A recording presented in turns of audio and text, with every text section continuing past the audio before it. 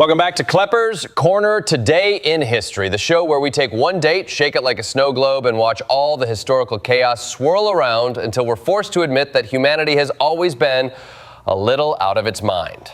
And November 15th, this date is a full buffet. It's the Costco sample station of human civilization. You get governments forming, governments collapsing, declarations made from exile, continents divvied up like a deli tray, armies marching, empires crumbling, microchips emerging, Xboxes launching, protests booming, art exploding, and one astronomer who died while trying to collect his paycheck like he was the universe's most underpaid intern. So buckle in.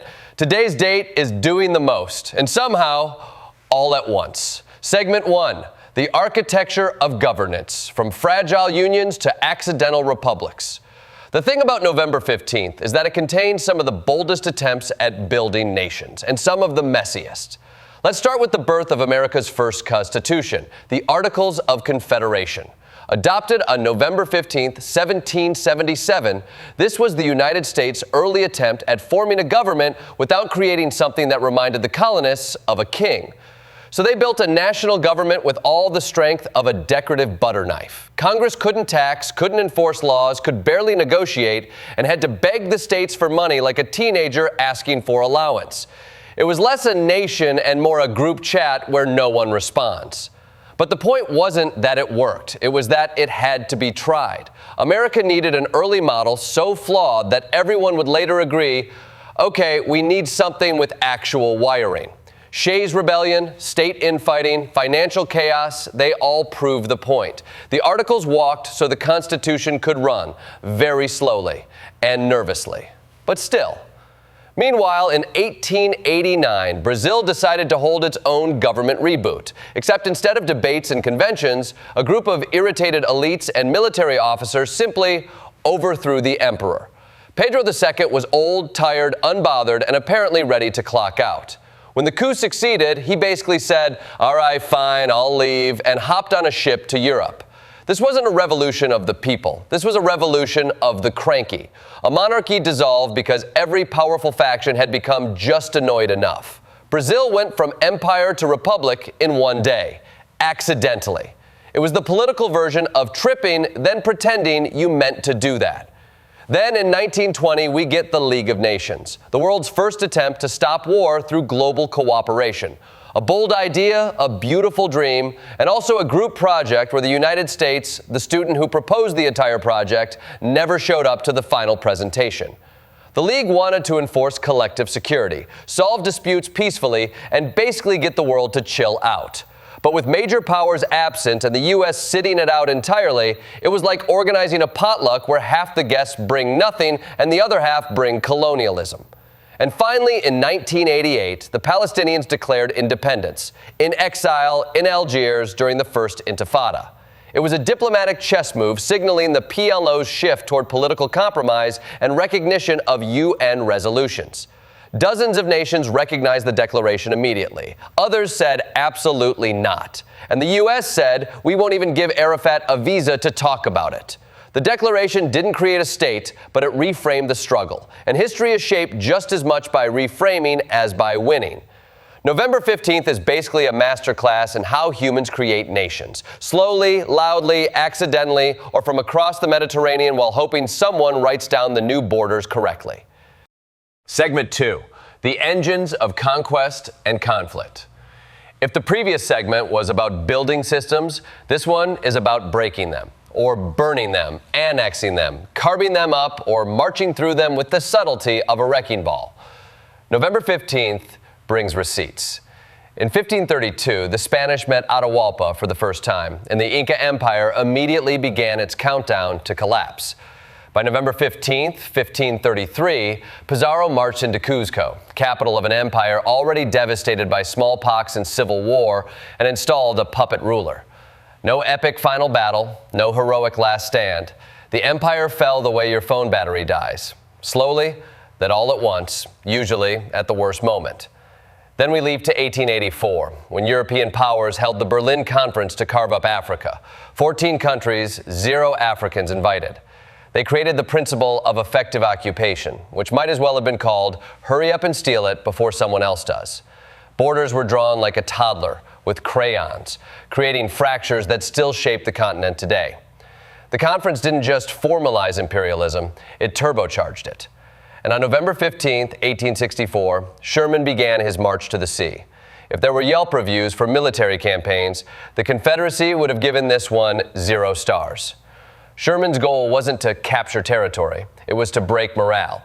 His army ripped up railroads, burned infrastructure, lived off the land, and introduced Sherman's neckties, which were twisted metal reminders that the Union Army had visited. It was psychological warfare in the age before Wi-Fi.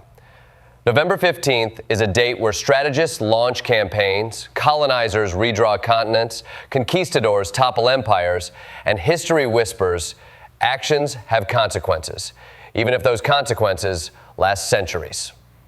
Segment 3, the dawn of the digital age, chips, consoles, and the connected future. November 15th is the day the modern world booted up. Because in 1971, the Intel 4004 microprocessor debuted, the first commercially available CPU on a single chip. This tiny piece of silicon, smaller than a square of gum, dragged computing from the age of refrigerator-sized machines to the age of devices that can now send you push notifications reminding you how much screen time you used. The 4004 was revolutionary because it wasn't hardwired for one task. It was programmable. Suddenly, instead of designing new hardware for every new machine, you could reuse the same chip and change the software. This made computing cheaper, faster, and adaptable. It was the gateway drug to the digital age, except instead of wrecking your life, it gave you Google Maps and the ability to avoid talking to strangers. Exactly 30 years later, on November 15th, 2001, Microsoft launched the Xbox. Bill Gates personally sold the first unit, probably because nothing says cool console launch like a man whose brand identity is Microsoft Excel. But the Xbox changed gaming forever. It was built like a PC with a hard drive and Ethernet port. It gave the world Halo. It gave teenagers an endless supply of online strangers to yell at. And it made gaming a connected, always-on experience. So November 15th is basically the birthday of modern computing and modern gaming, the chip that made everything possible and the console that made everything social and loud, very loud. Segment 4, science, health, and the people who glue civilization together. Now we talk about the people who keep the rest of us alive long enough to invent microchips, launch protests, or accidentally overthrow empires. November 15th gives us Johannes Kepler, the man whose planetary laws became the foundation of modern astronomy.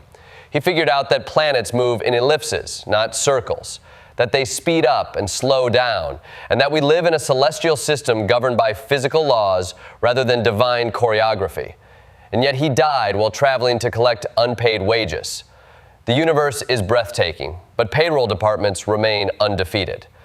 Then we meet Dr. Sarah Josephine Baker, born November 15, 1873, a public health pioneer who made New York City's chaotic tenements safer for children through hygiene programs, education campaigns, and infant care centers.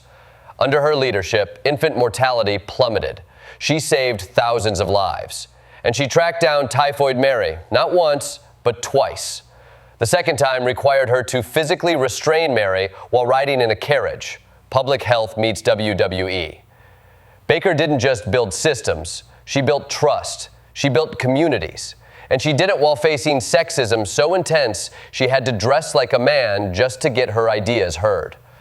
November 15th reminds us that progress isn't only about inventions, it's about the people who make sure society doesn't collapse in the meantime. Segment 5, culture, art, and mass dissent. Now we head into the cultural whirlwind of November 15th, which includes protests, paintings, movies, and the world's most expensive midlife crisis purchase. In 1969, the moratorium to end the war in Vietnam brought up to 500,000 people to Washington, D.C. It was peaceful, massive, and powerful enough to help stop Nixon's secret escalation plan, a plan that included potential nuclear strikes. The American people looked at the government and said, no, try literally anything else. Then there's Georgia O'Keeffe, born on this day in 1887. a woman who rewrote American art by turning flowers and landscapes into bold, abstract icons. She didn't imitate Europe. She invented a new American visual language. She painted the world the way she felt it, which baffled critics and delighted everyone else. On November 15, 1956, Elvis Presley released Love Me Tender, his first movie and Hollywood's first major attempt to monetize teenage rebellion, before it burned down a drive-in theater. It worked. Elvis became a movie star, and America learned that rock and roll could be franchised. And then, in 2017, the Salvator Mundi painting, questionably painted by Leonardo, definitely restored heavily, absolutely sold extravagantly, went for over $450 million. It was marketed not as an old master painting, but as a luxury flex for billionaires. Imagine buying something the academic community still argues about for nearly $500 million. Some people buy houses, some people buy boats, some people buy maybe Leonardo and hang it in a yacht. November 15th celebrates art, protests, spectacle, and the kind of financial decision that makes accountants break out in hives. In conclusion, November 15th is a reminder that history is never one thing. It's ideas being tested, empires being toppled, nations declaring themselves into existence, wars being fought and resisted, technologies being born, babies being saved, and art redefining how we see ourselves. It's messy, ambitious, broken, brilliant, and contradictory. Because people are messy, ambitious, broken, brilliant, and contradictory. November 15th shows us that the world doesn't move in a straight line. It zigs, it zags, it trips, it sprints, and occasionally it launches an Xbox into the living room and calls it progress. Thanks for joining me on this journey through a date that refuses to do just one thing. This has been Today in History, where every day reminds us that humanity, for better or worse, is always busy.